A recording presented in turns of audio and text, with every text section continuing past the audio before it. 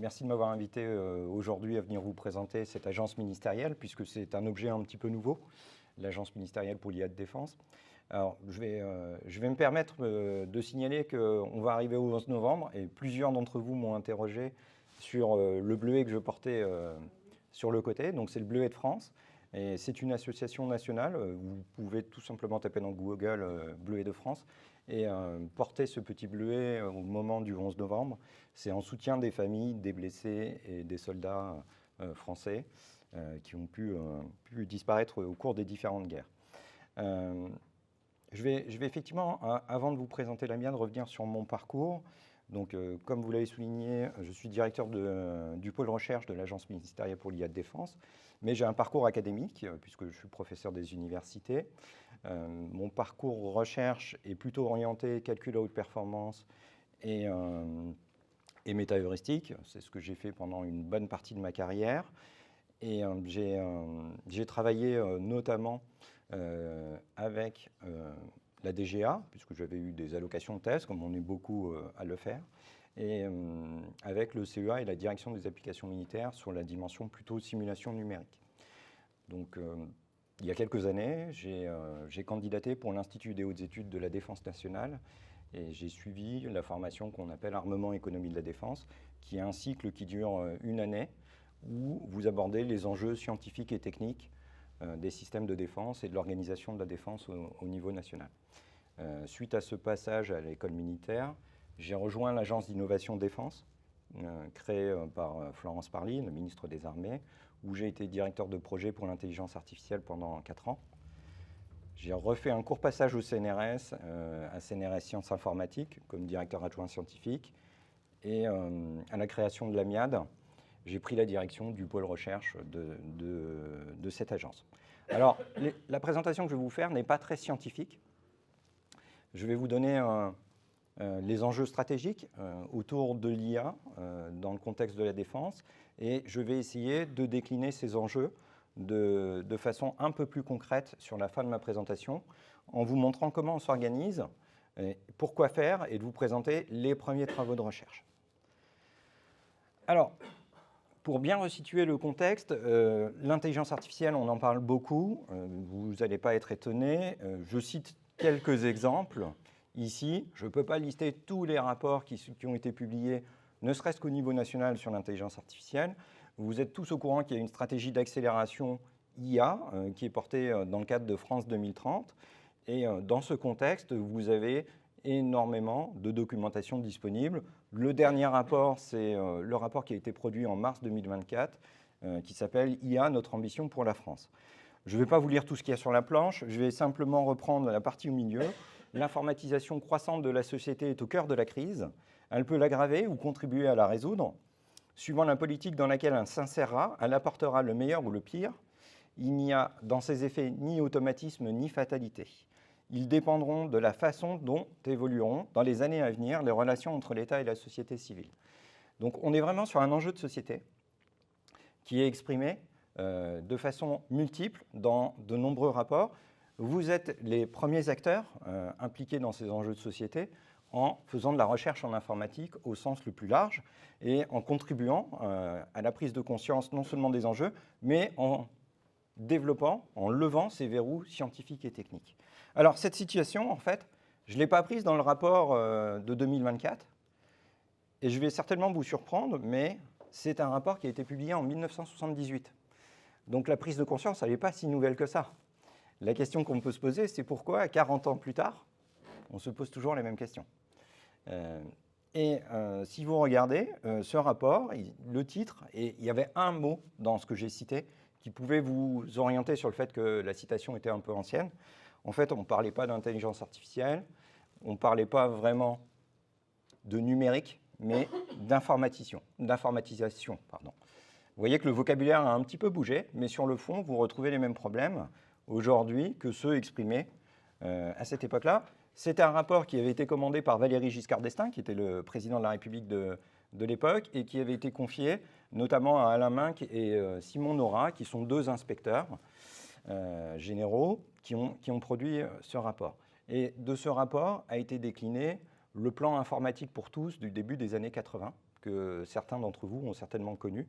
En tout cas, moi, je l'ai connu. Je me souviens qu'au collège, on avait des Thomson TO7 et ce genre d'ordinateur.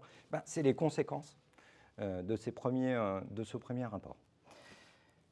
Donc cette prise de conscience, elle n'est pas nouvelle, mais elle s'est renforcée dans les dernières années. Et je vais essayer de me focaliser un peu plus sur le temps présent avec la création de l'Agence ministérielle pour l'IA de défense. Donc c'est une agence qui a été créée par le ministre des Armées au mois de mars dernier. La mission qu'il a confiée à l'agence est la suivante: contribuer à la transformation des armées, directions et services en accélérant l'intégration de l'IA au profit des opérations et des processus organiques pour accroître la supériorité opérationnelle et l'efficacité au quotidien des agents du ministère.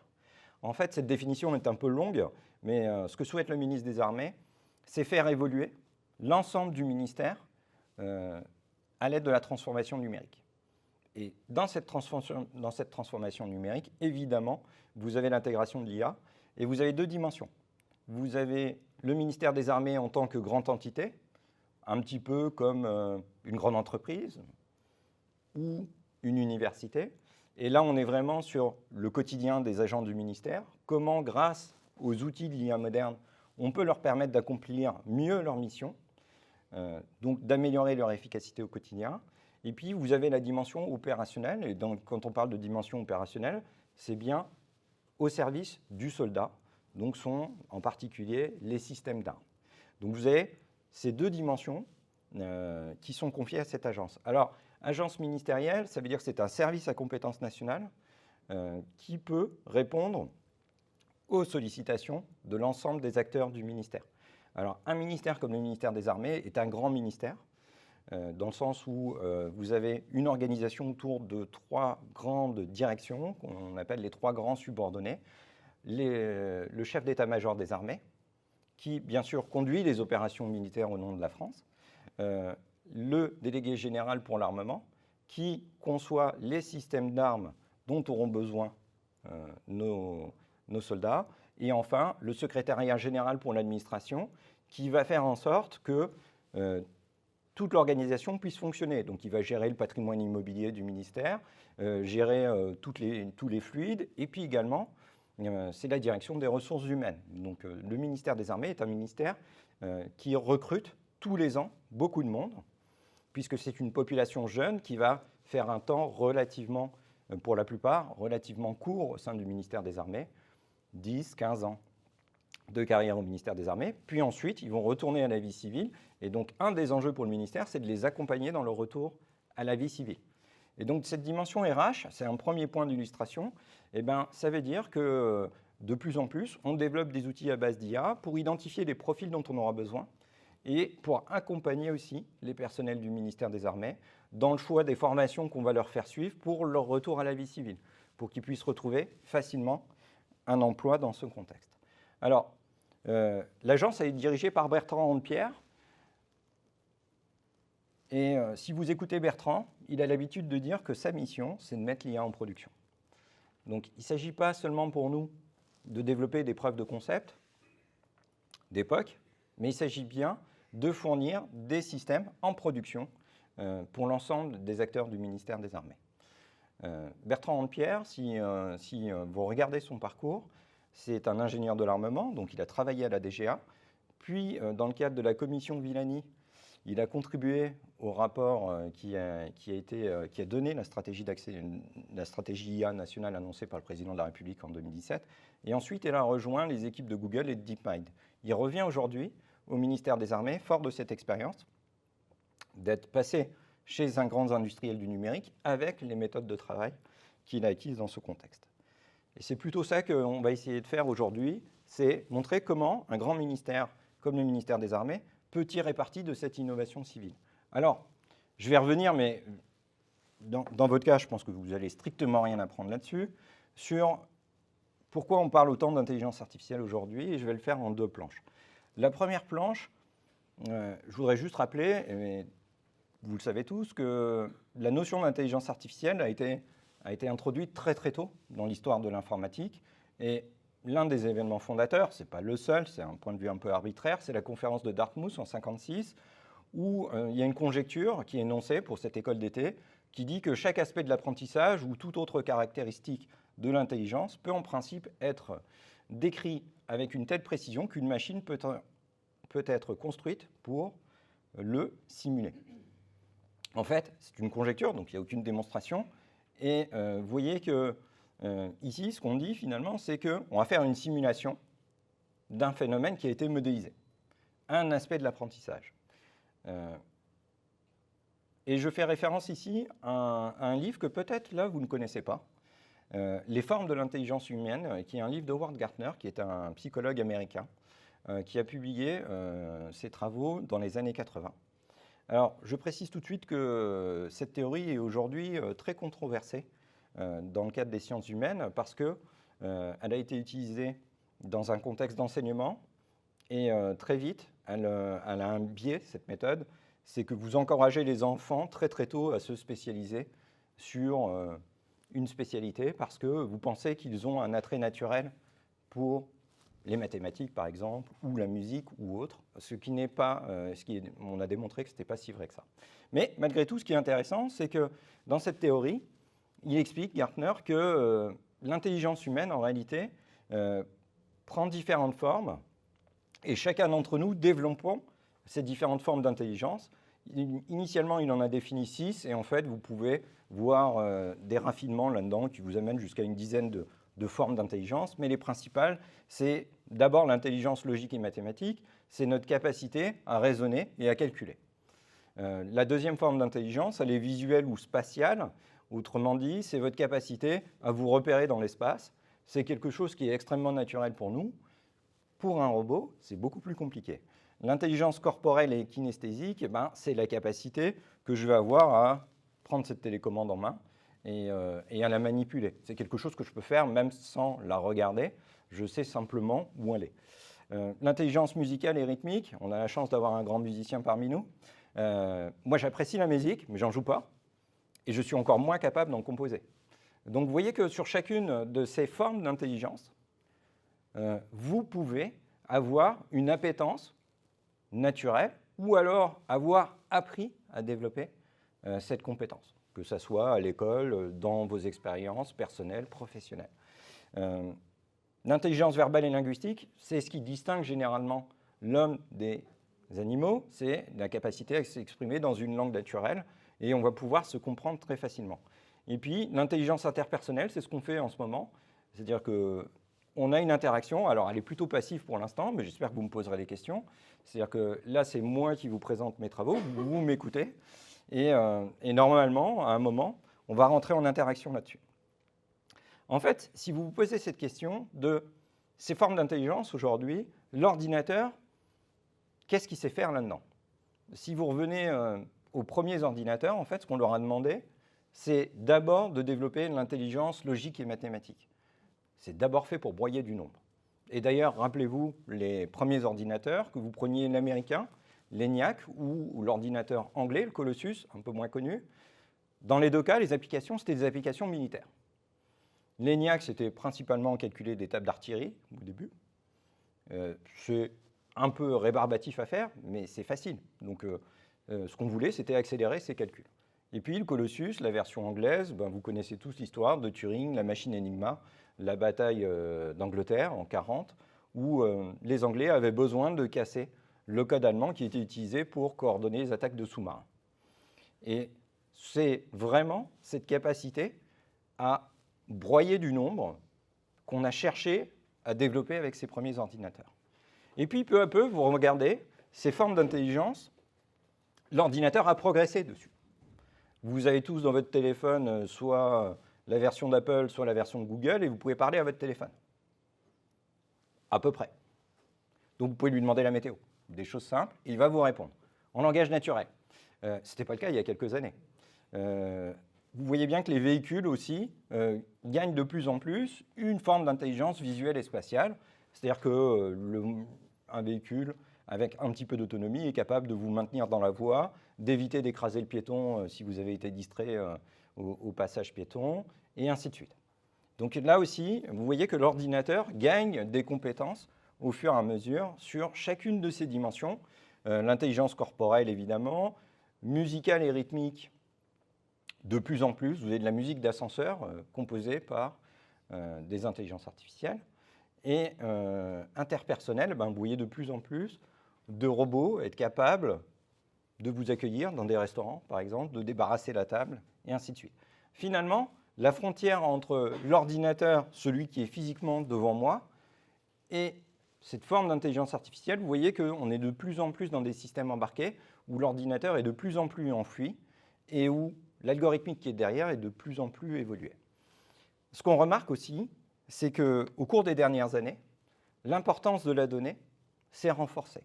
C'est-à-dire que beaucoup de ces systèmes aujourd'hui fonctionnent parce qu'on a accumulé beaucoup de données pour faire de l'apprentissage. Pourquoi il y a eu cette explosion? Parce qu'on a développé des systèmes qui produisent de la donnée sous forme numérique nativement. Ce n'était pas le cas avant. Les livres, c'était imprimé. La musique, c'était de l'analogique aussi. Un 33 tours, c'était un système analogique. Et puis, vous avez une numérisation, d'abord avec des supports physiques. Si je reprends la musique, c'est le CD audio. Et puis ensuite, vous avez le support qui, peu à peu, a disparu avec Internet. Donc, la donnée est produite massivement sous forme numérique. Vous avez aujourd'hui des capacités de calcul qui sont aussi disponibles très facilement et à un coût accessible. Et enfin, vous avez eu des progrès algorithmiques au cours des 20 dernières années qui ont permis de réaliser des traitements qu'on ne pensait pas possibles il y a encore très peu de temps. Donc c'est la conjonction de ces trois phénomènes qui fait qu'aujourd'hui, l'intelligence artificielle se retrouve dans notre quotidien. Et une façon de résumer ce que je viens de vous dire, c'est que l'intelligence artificielle ne représente jamais que les traitements les plus avancés du numérique ou de l'informatique. Et là, vous pouvez vous rapprocher de la définition, du rapport commandé par Valéry Giscard d'Estaing. Et c'est une forme de continuité avec une accélération très forte sur les dernières années. Alors maintenant, pourquoi le ministère des Armées s'intéresse autant aux problématiques d'intelligence artificielle? Je précise tout de suite que ce n'est pas à cause de ChatGPT, mais ChatGPT est un bon exemple de cette accélération. Alors, je vous ai dit tout à l'heure que cet enjeu de l'intelligence artificielle existe depuis plusieurs années au niveau national et en particulier au sein du ministère des Armées. J'ai pu en témoigner sur mon parcours. J'ai été directeur de projet IA pendant 4 ans et ChatGPT n'existait pas encore. Pourtant, on travaillait déjà sur ces sujets-là. Et aujourd'hui, le ministre a simplement voulu accélérer ce développement de l'IA dans le contexte de la défense. Alors, pourquoi je parle d'IA générative? ChatGPT a réuni, en 5 jours seulement, 1 million d'utilisateurs. C'est quelque chose d'assez exceptionnel, tellement exceptionnel que c'est la première fois que ça arrive. Vous avez un petit graphique qui n'est pas très lisible, mais qui vous montre les vitesses d'adoption, c'est des données de Gartner, des différentes technologies du numérique. Et juste à titre de comparaison, il a fallu 2 ans à Twitter pour atteindre 1 million d'utilisateurs, 3 ans et demi pour Netflix. Vous allez me dire, oui, mais ChatGPT, c'est facile, c'est un site web. Et c'est pour ça qu'il a réussi à avoir aussi rapidement autant d'utilisateurs. Ce n'est pas si vrai que ça, parce que le précédent record, il était dû à l'iPhone. Donc là, pour le coup, vous aviez un support physique et vous l'achetiez dès le début. Mais eux, ils ont mis 2 mois et demi pour arriver à 1 million d'utilisateurs. Mais vous voyez que ce n'est pas juste la facilité d'accès qui a fait le succès de ChatGPT. En fait, ChatGPT répond à un besoin de chacun d'entre nous. Il permet non seulement de générer du texte, mais en réalité, ce qui est le plus intéressant dans ChatGPT, c'est le fait de pouvoir produire des documents de synthèse. Et ça, c'est un avantage très important de ce genre d'outil. Et je vais prendre une citation de Blaise Pascal, qui est issue des Provinciales. C'est « Je vous écris une longue lettre parce que je n'ai pas le temps d'en écrire une courte ». Et là, vous êtes vraiment dans des enjeux de défense. Pourquoi? Parce que au ministère des Armées, on doit produire de l'information de qualité dans le temps le plus court possible. C'est ce qui nous permettra de prendre le dessus sur notre adversaire.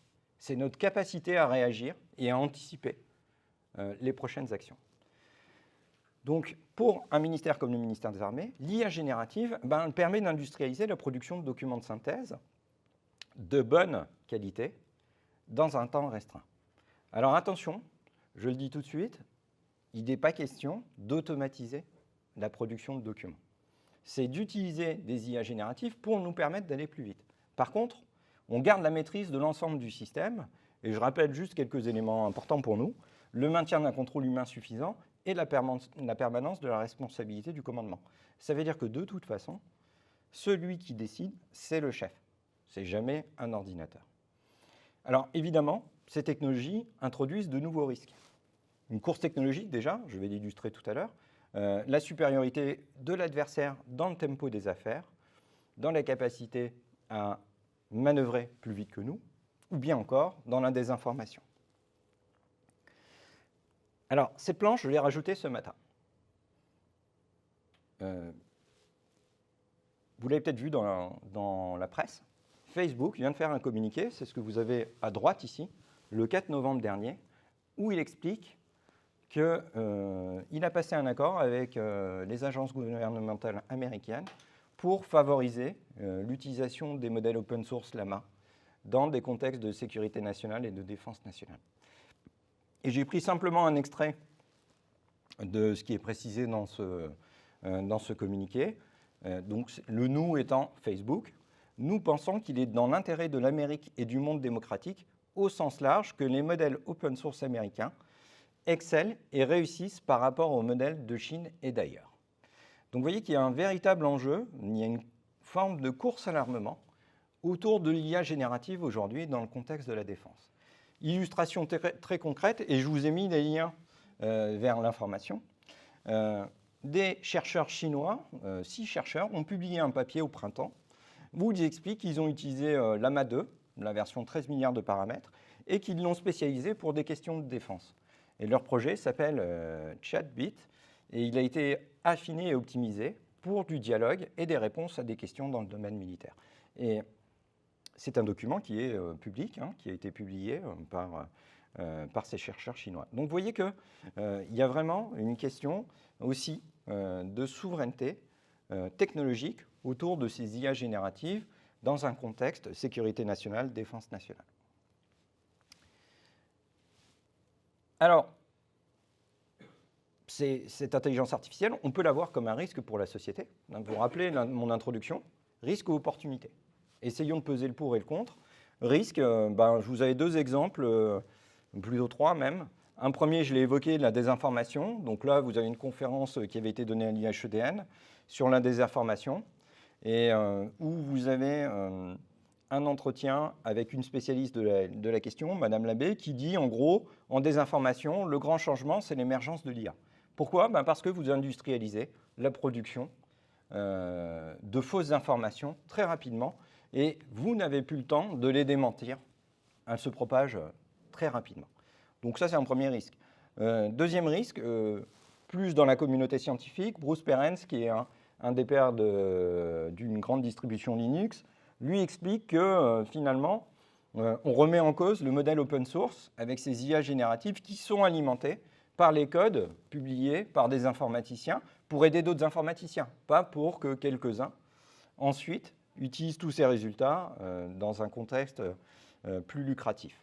Et donc, pour lui, la licence open source telle qu'on la connaît va forcément évoluer parce que ces IA génératives réalisent rien d'autre que du plagiat. Troisième exemple, très différent en littérature, c'est la période du prix Goncourt. L'année dernière, au Japon, vous avez un prix littéraire équivalent au prix Goncourt qui a été décerné à une jeune autrice japonaise pour un roman d'anticipation. Et tout le monde, tous les critiques avaient souligné que ce roman insufflait une jeunesse extraordinaire dans la culture japonaise, en apportant des idées vraiment nouvelles, et ainsi de suite. Et à la remise du prix, cette jeune autrice a reconnu qu'elle avait utilisé ChatGPT pour l'aider à rédiger son roman. Ce n'est pas ChatGPT qui l'a écrit, c'est bien elle, mais elle a utilisé ChatGPT comme on pourrait le faire entre nous, on est plusieurs à travailler sur un projet de recherche, et on partage notre expertise, on s'interroge l'un l'autre et on va progresser. C'est ce qu'elle a fait, mais elle l'a fait simplement avec ChatGPT. Et donc, il s'est posé la question de savoir, est-ce que c'était vraiment son roman ? Est-ce qu'on devait lui retirer son prix parce qu'elle avait utilisé ChatGPT pour le faire. Alors, elle a conservé son prix à ma connaissance. Dans la citation de Facebook que j'ai reprise, il parle d'un usage responsable de l'intelligence artificielle. L'Europe s'est emparée de cette question avec le règlement IA. Ça a fait couler beaucoup d'encre, ces règlements. Il va être maintenant décliné. C'est un règlement un petit peu différent de ceux que la Commission européenne produit habituellement, puisqu'il ne s'applique pas à un secteur précis, mais il est complètement transversal. C'est l'usage de l'intelligence artificielle en Europe. Et ensuite, il y aura des déclinaisons par grands piliers pour l'automobile et ainsi de suite. Mais ce qui est intéressant de voir, c'est que ce règlement a été proposé alors que ChatGPT n'existait pas encore. Et il est robuste avec l'arrivée des modèles d'IA génératifs. Donc là aussi, je vous renvoie vers un article du Monde qui rappelle ces points-là. C'est extrêmement intéressant. Je vous ai dit tout à l'heure, course à l'armement, et c'est ce que j'illustre sur ce graphique en bas. Vous avez la taille des modèles, aujourd'hui, disponibles.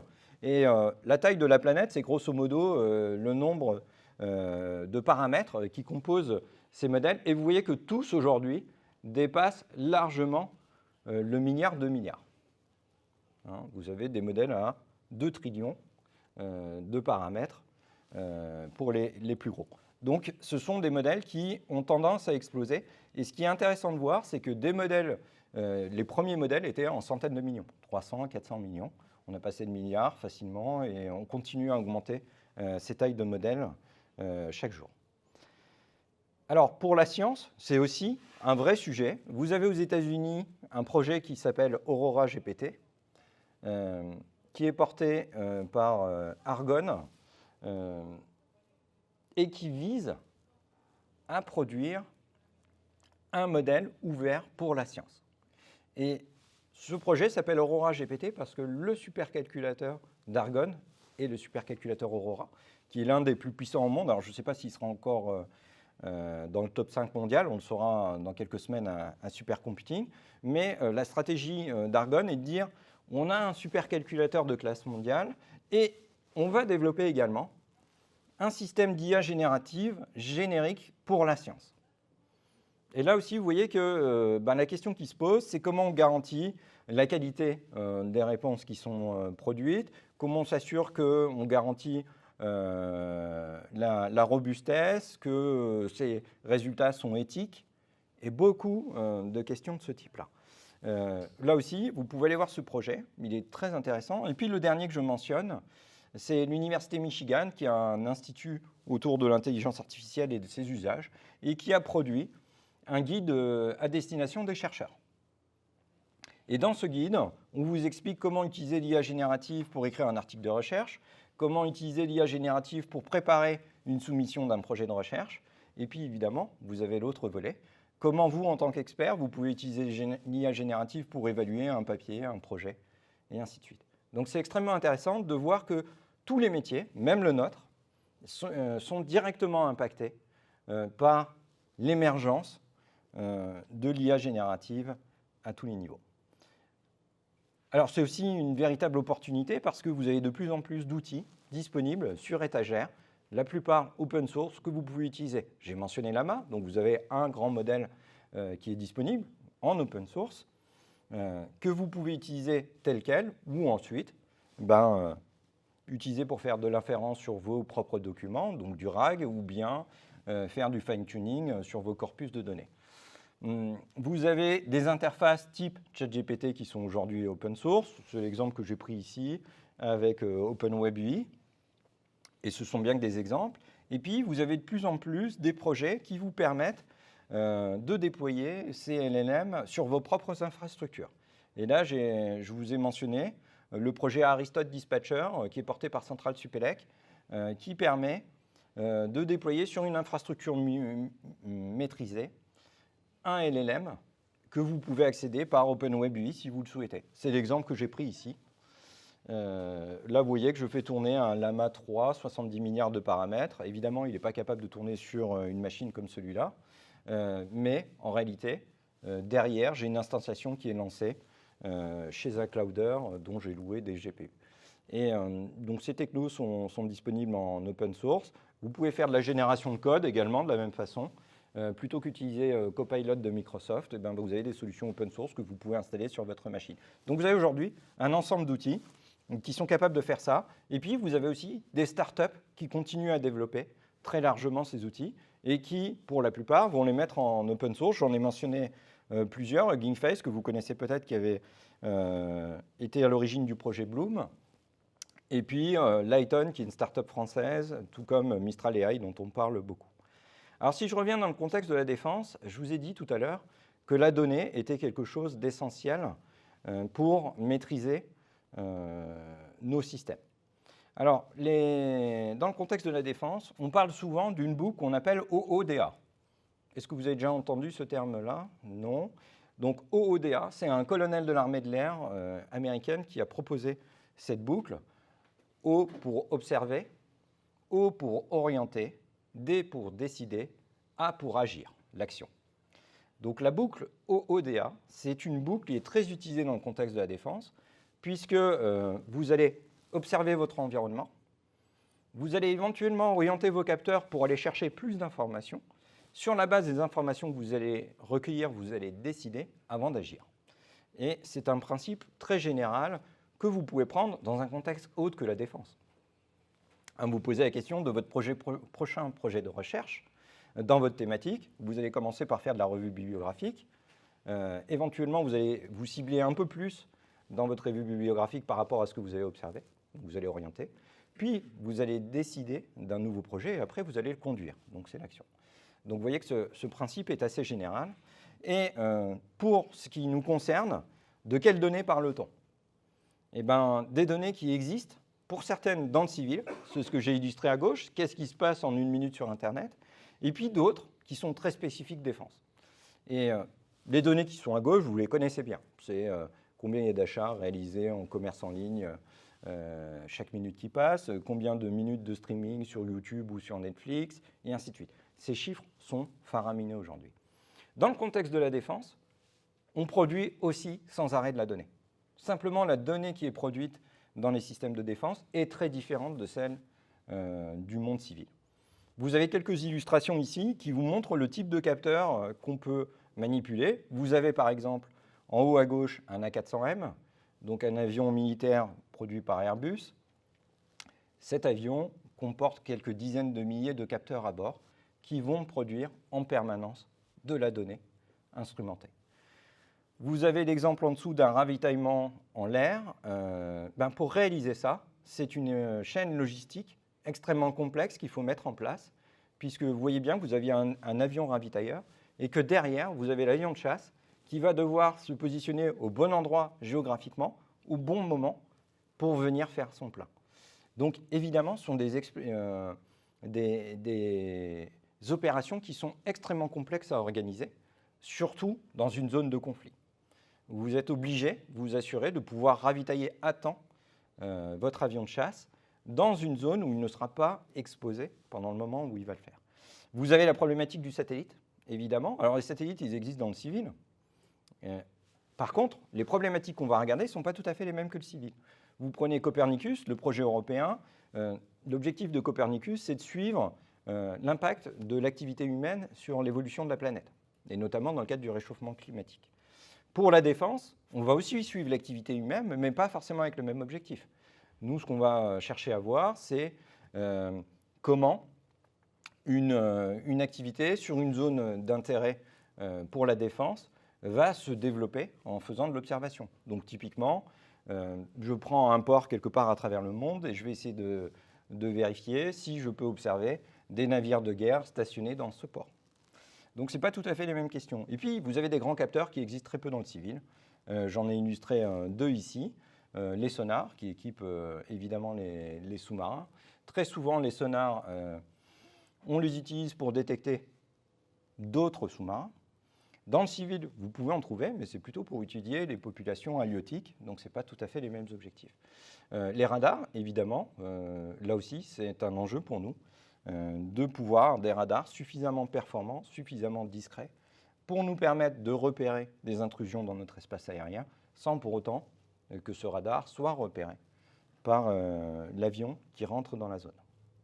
Alors, il y a 4 points qui sont clés. La volumétrie, donc je vous ai montré qu'on génère beaucoup de données aujourd'hui au ministère des Armées. La variété des capteurs, donc la variété des données qu'on va pouvoir générer. La vélocité, c'est-à-dire dans certains contextes, évidemment, cette donnée est produite très rapidement. Et le point sans doute le plus important pour nous, c'est la véracité de l'information.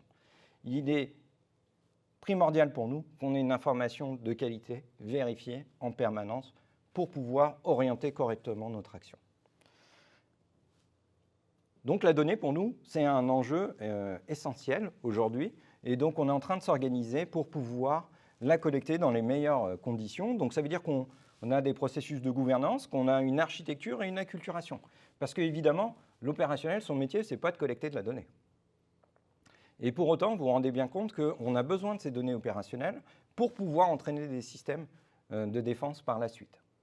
Et donc, on est amené à avoir une réflexion profonde sur le cycle de vie de la donnée au sein du ministère des Armées. Avec une particularité, c'est que très souvent, cette donnée, elle est sensible au sens du secret de la défense nationale. Donc, on ne peut pas forcément l'exposer facilement, cette donnée. Alors, j'en reviens sur l'agence ministérielle de l'IA de défense. Pour nous, il y a 3 éléments clés dans l'organisation de l'agence aujourd'hui. Premièrement, on a besoin de réinternaliser de l'expertise en interne. Et ça, c'est la première demande du ministre, c'est de disposer d'un nombre suffisant d'experts au sein du ministère des Armées. Donc on est une toute nouvelle agence, créée au mois de mai. On a pour objectif de recruter 300 spécialistes en intelligence artificielle en 3 ans. On sera à 100 à la fin de l'année, 200 fin 2025, 300 fin 2026. Par ailleurs, on doit disposer d'une puissance de calcul suffisante pour pouvoir traiter nos données. Et donc, vous aurez peut-être noté dans la presse la semaine dernière qu'on vient d'annoncer l'acquisition d'un supercalculateur qui sera un supercalculateur comparable à Janzé, que vous connaissez certainement pour la recherche. C'est un système de cet ordre de grandeur qui sera installé l'année prochaine à Suresnes, en région parisienne, pour traiter de la donnée au niveau secret défense. Et enfin, il nous semble essentiel aujourd'hui d'être en capacité de porter des collaborations, aussi bien en interne qu'en externe. C'est toujours étonnant qu'on puisse dire ça, mais il faut bien voir que l'organisation du ministère des Armées fait que vous avez besoin des opérationnels pour bien comprendre quelle est leur mission. Vous avez besoin d'experts en intelligence artificielle pour qu'ils puissent développer des systèmes qui correspondent aux besoins exprimés. Et pas juste des ingénieurs qui, dans leur coin, vont développer une solution qui pense être intéressante pour l'opérationnel. C'est rarement le cas si vous faites comme ça. Vous avez besoin de les regrouper. Par ailleurs, la défense au niveau national est organisée autour de grands maîtres d'œuvre industriels qui produisent ces systèmes d'armes. Vous en connaissez certains, Safran, Thales, Naval Group, Airbus. Tous ces acteurs industriels doivent pouvoir travailler avec la MIAD, avec l'agence ministérielle, pour pouvoir entraîner des modèles sur le supercalculateur qu'on va mettre en place l'année prochaine dans le cadre de coopération industrielle. Et évidemment, le dernier volet, et c'est sans doute pour nous le plus important, le volet académique, c'est être en capacité de s'appuyer sur l'expertise développée au niveau national dans les universités, dans les grands organismes et laboratoires de recherche pour implémenter ces solutions. Alors, physiquement, on est situé sur 3 pôles principaux. Une petite cellule qui est hébergée directement au ministère des Armées, donc dans le 15e à Paris. Le pôle technique qui a vocation à industrialiser les résultats, qui est situé à côté de Rennes, dans la ville de Bru. Et le pôle recherche qui, lui, est hébergé à Palaiseau, à l'école polytechnique. Donc je vous ai dit, on sera 300 en 2026, principalement des profils d'ingénieurs et de chercheurs, 250 ingénieurs situés à Bru et 50 chercheurs à Palaiseau d'ici 3 ans. Alors, les grandes familles d'applications qu'on aborde, c'est en réalité 3 types de problèmes. Il y a des opérations, c'est tout ce qui relève de l'aide à la décision, du renseignement ou encore les outils cyber. Donc là-dedans, je vous en ai donné un exemple, le ravitaillement en vol. Le ravitaillement en vol, c'est de de l'IA des opérations. Toute la problématique de l'embarquer, puisque les systèmes d'armes sont souvent des systèmes qui vont être assez peu connectés avec l'environnement. Vous n'êtes pas toujours à Paris, vous n'avez pas toujours un supercalculateur. Donc évidemment, vous avez besoin d'embarquer vos solutions. Donc c'est les capteurs dans des systèmes d'armes, c'est la conduite autonome pour les véhicules, c'est le combat collaboratif, c'est-à-dire que par exemple, vous êtes dans une situation d'un convoi, vous avez la détection d'un départ d'un coup de feu et vous allez trianguler avec les différents véhicules l'arrivée du son pour savoir d'où il est parti. Ça, c'est ce qu'on appelle du combat collaboratif. Et puis, je l'ai mentionné tout à l'heure en introduction, il y a tout ce qui est l'IA du quotidien, celle qui va rendre service à l'agent du ministère des Armées, donc l'IA organique, au sens de l'administration, des RH, des finances, des infrastructures, de la santé du combattant. Donc vous avez une petite illustration qui date un petit peu, mais qui montre sur les champs d'opération où l'intelligence artificielle peut intervenir.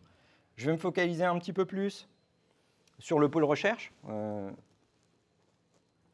et vous expliquer un petit peu ce qu'on cherche à faire aujourd'hui, comment on s'organise et quels sont nos principaux enjeux.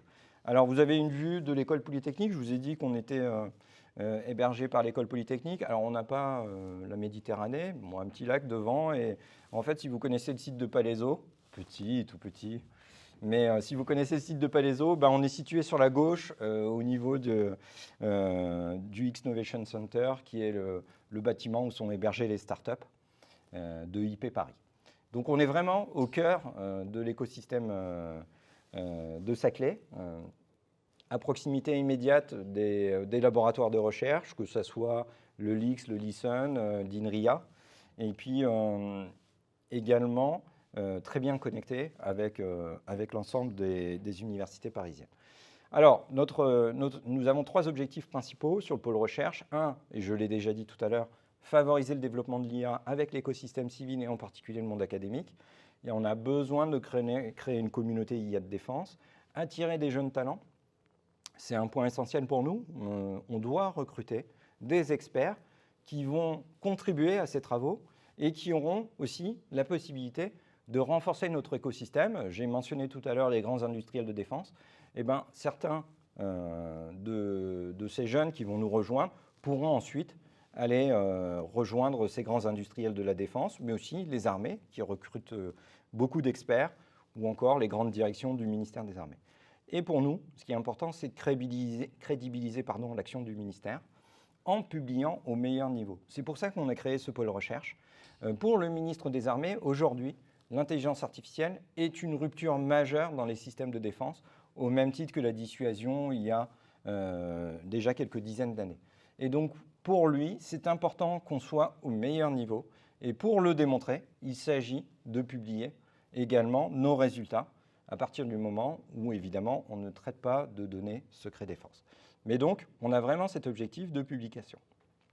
Alors vous allez me dire, si c'est un pôle recherche, vous avez des priorités scientifiques. Alors là, vous rentrez dans le cœur de la difficulté. L'IA, c'est un domaine extrêmement vaste. Et je vous ai dit qu'on doit rendre service à l'ensemble du ministère. Donc, ce qu'on fait, c'est plutôt avoir une réflexion sur la mission qui nous est confiée. Donc, et on va chercher à répondre à cette mission pour l'ensemble du ministère. Ça veut dire quoi? Ça veut dire qu'on s'appuie sur une communauté scientifique qui est extrêmement large aujourd'hui en France, dans la dualité. La dualité, ça veut dire qu'on est capable de regarder des applications civiles et d'en tirer des conclusions dans le contexte de la défense pour des applications militaires. Ça veut dire qu'on essaye d'anticiper autant que possible les verrous scientifiques, et on compte beaucoup là-dessus sur vous pour le faire, et techniques, qui pourront avoir un impact sur notre organisation ou nos systèmes de défense à court ou moyen terme. Et on va porter des travaux de recherche en lien avec ces verrous. Donc il y a vraiment cette dimension d'anticipation des futures ruptures scientifiques autour de l'intelligence artificielle, de voir dans ces verrous scientifiques lesquels auront un impact sur le ministère des Armées, et donc de porter au plus tôt des travaux avec la communauté scientifique nationale. Alors pour faire ça, on a mis en place, et ça fait déjà quelques années en réalité, des accords de partenariat avec les grands organismes de recherche, avec l'ANR. Donc j'ai mentionné bien sûr INRIA, le CEA et le CNRS. Pourquoi? Parce que dans le cadre de ces partenariats, on s'appuie sur les recherches publiques qui sont portées par chacun des organismes. Et puis, notre objectif, c'est de favoriser l'émergence de nouveaux projets qui ont un intérêt défense. Et bien sûr, assurer la veille scientifique. Aujourd'hui, on est vraiment dans cette dimension où les développements scientifiques ne sont plus portés sur le domaine de l'intelligence artificielle par le monde de la défense. Rappelez-vous, l'ordinateur a été créé pour des besoins militaires. C'est le premier exemple que j'avais pris. Aujourd'hui, évidemment, l'intelligence artificielle se développe d'abord dans l'écosystème civil. Et pour nous, il s'agit de capter ces innovations dans le contexte de la défense. Donc les enjeux, ils sont très larges. C'est les mêmes que pour beaucoup de laboratoires, que ce soit le traitement automatique du langage, le traitement numérique de l'image. De plus en plus se renforce l'intérêt des modèles de fondation, les aspects multimodaux. Mettez-vous dans le contexte, par exemple, du renseignement militaire. Vous avez une carte, vous avez du texte, des numéros de téléphone. Vous voulez pouvoir interpréter l'ensemble de ces données dans une fiche de renseignement, par exemple. La problématique de la confiance, évidemment. On a besoin, et je l'ai dit à plusieurs reprises, d'avoir une information qui est vérifiée, consolidée. C'est un vrai enjeu pour nous. Dans des systèmes d'armes, il s'agit de les qualifier, de s'assurer qu'ils vont répondre à la spécification initiale qui a été prévue. Des problématiques d'apprentissage fédéré, c'est-à-dire que comme les corpus de données peuvent être sensibles, on veut pouvoir travailler avec des tiers de confiance sans pour autant partager toutes les données. Donc on a cette problématique de l'apprentissage fédéré, raisonnée par exemple dans le cadre d'une coalition OTAN. On veut pouvoir travailler à plusieurs pays, chacun vient avec un corpus de données, mais ne souhaite pas partager tout le corpus. Comment on fait pour réaliser un apprentissage qui sera, lui, partagé sans avoir accès à toutes les données? Je l'ai déjà mentionné, la question de l'embarquabilité. Aujourd'hui, c'est bien de me dire que vous avez un super modèle à 70 milliards de paramètres. C'est très bien. Par contre, moi, je ne peux pas l'utiliser en opération. Je n'aurai pas la capacité d'avoir un serveur pour le faire tourner. J'ai évidemment la même problématique si je réserve en termes de robotique aujourd'hui et d'autonomie. Comment je conçois une mule, c'est-à-dire un robot qui va porter des charges pour un combattant. C'est-à-dire l'équipement peut être extrêmement lourd, une partie de son équipement, on pourrait le confier à un robot qui va l'accompagner. Mais il faut que je sois sûr que ce robot puisse avoir un niveau d'autonomie suffisant pour accompagner et pas ralentir le fantassin. La problématique de la désinformation, je l'ai déjà illustrée, mais évidemment, vous l'avez vu, c'est un enjeu aujourd'hui de société, notamment pour les démocraties, d'être en capacité de lutter contre cette désinformation. Et vous remarquerez qu'on a deux enjeux un enjeu qui est complètement transversal, qui est celui de la frugalité, que vous retrouvez un peu partout. La frugalité sur les données. On a effectivement des corpus de données, mais ils sont moins nombreux que dans le civil. Ils sont souvent plus difficiles d'accès parce qu'ils sont sensibles. On a un enjeu sur les communications. On n'est pas toujours à Nice, à Paris ou à Bordeaux. Parfois, on peut être au milieu du désert où communiquer, c'est difficile parce que vous n'avez pas le réseau d'interconnexion. Parfois aussi, vous pouvez vous retrouver dans des zones où communiquer, c'est dangereux parce que vous vous faites repérer. Et puis, vous avez un dernier enjeu qui est celui du calcul. Et pour beaucoup des systèmes embarqués, vous avez une puissance de calcul extrêmement limitée. Et donc, vous ne pouvez pas vous permettre d'envisager d'avoir le dernier GPU à la mode sur votre système opérationnel. Donc, cet enjeu de frugalité, il s'exprime partout. Alors, on est en train de s'organiser pour avoir une approche avec un axe transversal qui va être autour du machine learning et du signal, parce que vous l'avez compris, on traite beaucoup de données issues des capteurs. Donc c'est par exemple du traitement du signal pour du radar, pour du sonar, qui sont très spécifiques aux enjeux de défense. On a également des piliers que je vais appeler plus applicatifs. Un premier autour du traitement de l'image. Et dans le traitement de l'image, vous devez bien voir aussi bien l'image au sol, donc à l'horizontale, que de l'imagerie satellitaire, dans du spectre visible, infrarouge, et pour le satellitaire en hyperspectral aussi. Donc vous avez ces différentes dimensions. On s'organise aussi sur un pilier applicatif qui est robotique et embarqué, où on va porter de plus en plus de travaux sur la robotique et l'intelligence artificielle pour la robotique. Et puis un dernier pilier qui sera autour du traitement automatique du langage, dans une dans une acceptation assez large. On va regarder bien sûr les langues naturelles, mais aussi le codage informatique, et puis également toute la dimension veille sanitaire ou détection de signaux faibles. On l'a bien vu dans le cadre de la crise Covid. En fait, c'est extrêmement difficile aujourd'hui de traiter toutes les alertes qui vont arriver pour distinguer les signaux qui sont vraiment importants à traiter. Alors, je vous ai dit que je conclurai sur les premiers travaux de recherche qu'on porte. Aujourd'hui, le pôle recherche, on est 10, donc 4 doctorants. Et ces 4 doctorants démarrent leurs travaux en coopération avec les organismes de recherche. Donc, on a recruté un premier doctorant qui va s'intéresser à la génération de données synthétiques. Donc là, vous avez une situation réelle, une photo. Vous en faites une description à l'aide d'un LLM.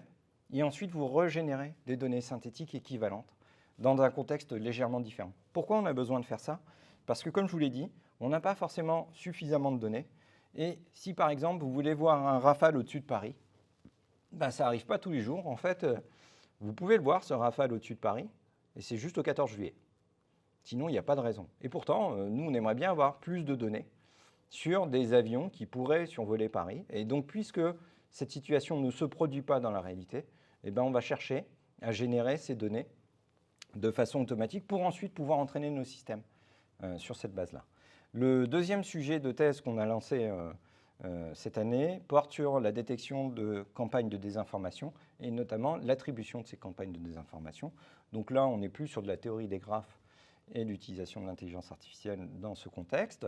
Un troisième sujet qui est porté sur la robotique terrestre et notamment de l'apprentissage par renforcement pour découvrir un environnement complexe.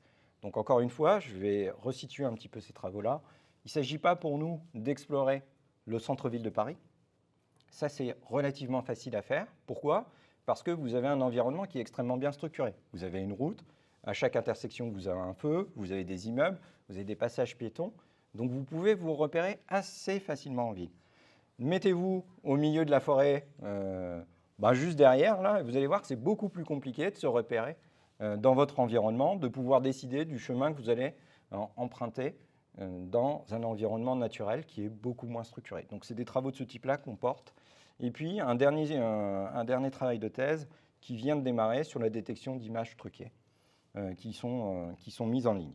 Donc vous remarquerez que pour chacun de ces sujets, on travaille avec des partenaires différents, l'École Polytechnique et le LIX, une chercheuse du CNRS, un professeur de l'ENSTA et enfin l'ENS avec le Centre Borrelli. Donc on est vraiment dans cette dimension où le ministère des Armées porte des travaux avec d'autres partenaires.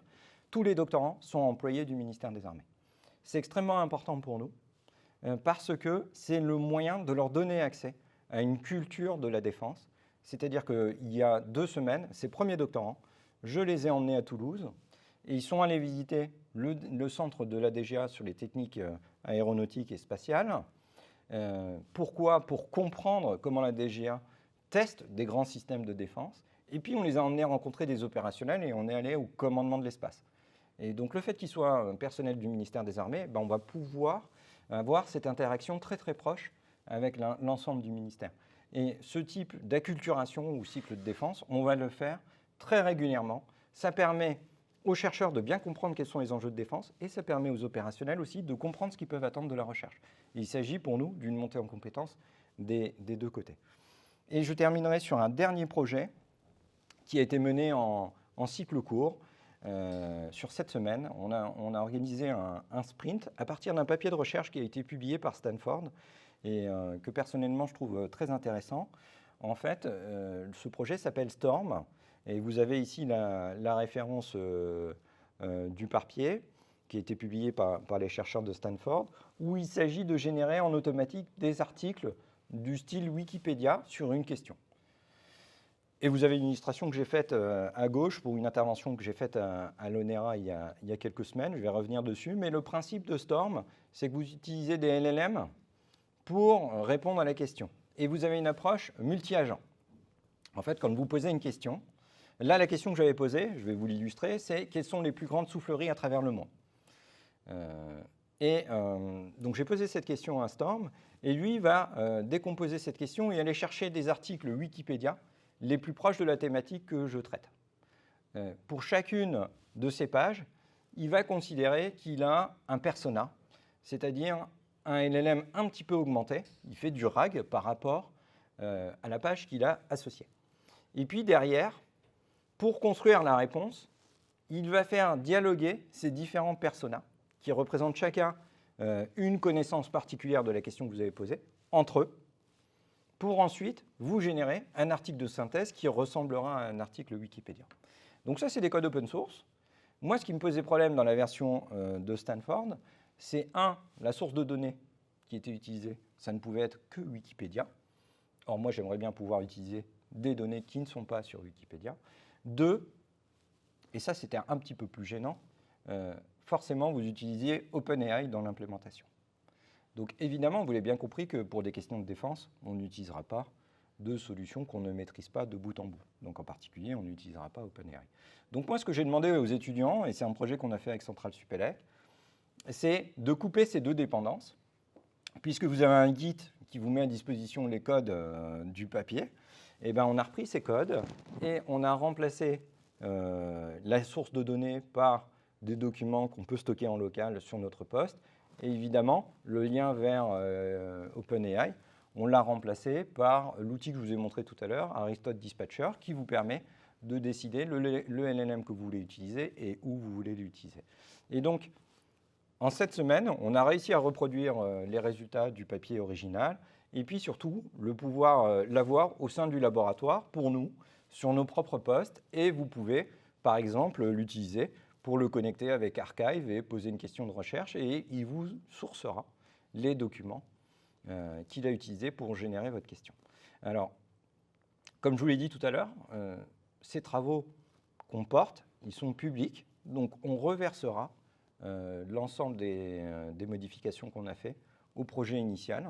C'est-à-dire que si d'autres veulent utiliser ce qu'on a fait plus tard, eh ben, ça sera librement accessible. Alors, on ne l'a pas fait pour l'instant puisque c'est un travail d'étudiant. Donc, on va s'assurer que ce qu'on a produit est quand même d'une qualité satisfaisante pour contribuer au projet open source Storm. Et donc, pour conclure là-dessus, ce que je vous dirais, c'est que moi, j'y connais rien aux souffleries. Donc, j'ai pris, copié-collé, les 3 souffleries que m'a sorti Storm. Et heureusement pour moi, il y avait l'ONERA dans les 3 grandes souffleries à travers le monde. Ça tombait bien puisque j'allais chez eux. Et par ailleurs, j'aurais demandé à eux qui ont l'expertise de me dire si c'était cohérent. Et l'analyse qu'ils nous ont faite, c'est de dire oui, le résultat qui a été produit est cohérent, notamment sur les avantages de chacune de ces grandes souffleries. C'est celle qu'ils auraient retenues aussi. Et par ailleurs, il y avait quelques erreurs factuelles, mais ces erreurs factuelles étaient dues au fait que les informations sur Wikipédia n'étaient pas forcément à jour. D'où l'importance des sources d'informations, une nouvelle fois. Voilà ce que je voulais vous dire aujourd'hui. Donc, comme je vous l'ai dit, ce n'est pas très scientifique ce que j'ai fait comme présentation, mais c'est pour vous donner une vision des enjeux de l'IA dans le contexte de la défense, comment on est en train de s'organiser. Je résumerai tout ça en 3 points. 1, les cas d'usage de l'IA dans le contexte de la défense sont extrêmement riches, variés et avec des enjeux scientifiques et techniques forts aujourd'hui. Deuxièmement, on met en place des collaborations et des partenariats avec des acteurs extrêmement variés. Je vous l'ai montré. Alors, c'est vrai que le pôle recherche est localisé à l'École polytechnique. Donc, pour nous, on favorise d'abord les relations aux plus proches. Mais, je vous l'ai dit aussi, on travaille avec les organismes de recherche et donc on peut très bien porter des projets en commun en dehors de Paris. D'ailleurs, on le fera avec Rennes aussi autour de Bru parce qu'il y a aussi un IA cluster qui sera à Rennes et donc on va travailler également avec eux. Mais plus largement, on est ouvert sur des collaborations avec les différents organismes de recherche. Et puis, pour les jeunes doctorants qui vont finir leur thèse, pour les étudiants qui sont en master, qui voudraient venir faire un stage chez nous, c'est possible. Pour les doctorants en fin de thèse, vous pouvez venir faire un postdoc chez nous. Je ne l'ai pas mentionné, mais on a déjà recruté 2 postdoctorants. Un postdoctorant en robotique, qui va travailler avec le doctorant sur de la robotique terrestre, et une postdoctorante en traitement d'images, et qui fait du deep learning pour la détection de petites cibles. Donc elle a fait sa thèse à l'ONERA, et elle nous a rejoints sur ce projet-là. On recrute aussi des chercheurs plus expérimentés, chargés de recherche, directeurs de recherche, qui peuvent venir chez nous en détachement pour 3-4 ans et avoir finalement à un moment, alors Denis, je te regarde, c'est un peu tard pour toi, mais par exemple pour un maître de conf ou un chargé de recherche qui veut se préparer à l'habilitation, qui a besoin d'un coup de boost, on est capable de monter un projet sur 3-4 ans avec l'objectif de dire, eh ben derrière, je repars dans mon université d'origine, dans mon laboratoire d'origine, mais j'ai porté un projet avec les moyens associés qui m'a permis de finaliser mon HDR. Et ensuite, cette collaboration peut perdurer une fois le retour dans l'organisme d'origine, dans le laboratoire d'origine. C'est un petit peu le message que je voulais vous porter aujourd'hui. Il y a de réelles opportunités, elles sont extrêmement variées. On fait de la science, hein, même si je ne voulais pas forcément montrer là. L'année prochaine, vous pourrez venir une doctorante, un doctorant de l'équipe qui vous parlera de ses travaux de recherche directement. Et surtout, pensez bien que si vous avez des problématiques d'intérêt dual, pour lesquels vous pensez qu'on pourrait travailler ensemble, eh bien, il ne faut surtout pas hésiter à me contacter. Vous avez mon adresse mail au ministère des Armées, michael.krajeki@intradev.gouv.fr. Voilà, j'espère que je n'ai pas été trop long, j'ai dû respecter à peu près le timing. Merci en tout cas.